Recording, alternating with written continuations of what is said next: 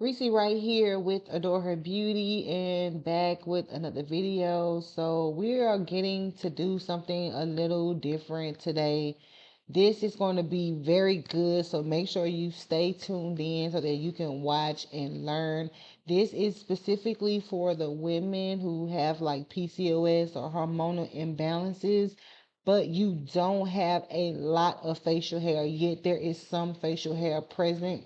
I want to speak to you, and I also want to speak to the individual, the woman who maybe have like one to two, three, just a few little chin hairs. It's nothing like what we see in the majority of the videos on this channel. I want to talk to you today. So this is going to be a very educational, informative, and like a public service announcement so that we're going to use this case, this client, to just learn a little thing or two about when it comes to being a woman and having facial hair, and just kind of like being okay with what you have. Like, I get a lot of comments from people who say, oh my gosh, and I be just going crazy about my one to two little hairs, but like this is so much. And as you can see, I've already gone into this video having done the first little lip wax, and you can see how thin this hair is.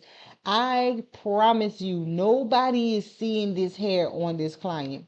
And if you have this amount of hair, nobody is seeing this hair on you except someone who is like directly all up in your face, or if you're using like a magnifying mirror or just having the mirror so close, like if you breathe on the mirror, it's going to fog up. That's the only way you're going to see this amount of hair. But this is not to diminish the feelings and emotions that this client or any other woman with this type of hair texture, this minimal amount, to me, it's next to nothing. But to you watching and to this client, it may be everything. So I'm definitely not trying to take away from that, because some women just like, listen, I don't want no hair. I'm a woman. I don't want nothing. I want to be like baby ball. So, but I just really want to like really highlight this video and just highlight the things I'm going to get into, because if you get to a point to where you're just not comfortable with a level like this, and then you begin picking and prodding and poking into your skin, trying to get those little hairs, it's going to cause more issues. You're going to have more issues, and the little tiny hair is not going to be the worst of your problems. So as you can see with this client, I'm using soft wax to do this entire wax session because the hairs are so minimal. Look at this. They're really thin.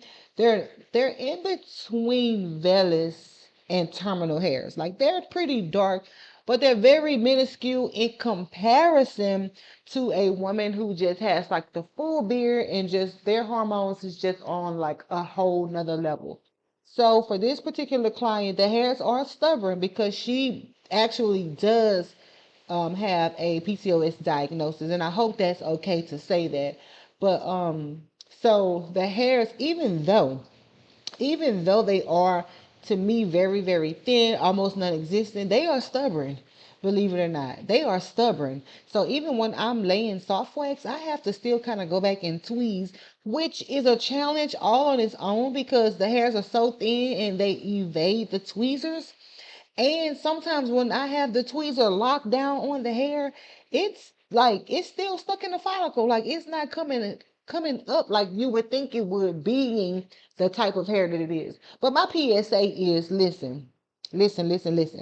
For women who have this much hair, I know it's bad, but it can be worse. It can be worse. I just really like, I tell this client, because listen, she is gorgeous. If I don't compliment her every appointment, I don't compliment her no appointment. When I say beautiful, when I say just a all around beautiful lady, she dressed nice, she always smell real nice. Like, her scents just light up the room in the most positive way. Like, it's not a scent that you just kind of wish would fade away. It always smells real nice, real luxurious. And so she's just a real classy lady. And so I tell her this all the time, like, oh my God, you're just so gorgeous. And she just chuckle and be like, thank you. And so, but she can't stand to have this hair. She can't stand it. And so the thing is with me, you as an esthetician, you don't want to do things that's going to make the skin worse, right? So if hair is trapped under the skin, aka an ingrown, I'm not going to tear the skin up trying to get to it. And I try to explain this to her, but she's like, I see. If you don't get it, when I get in my car, I'ma get it. So that's why I started to use the extractor tool as you're seeing right here.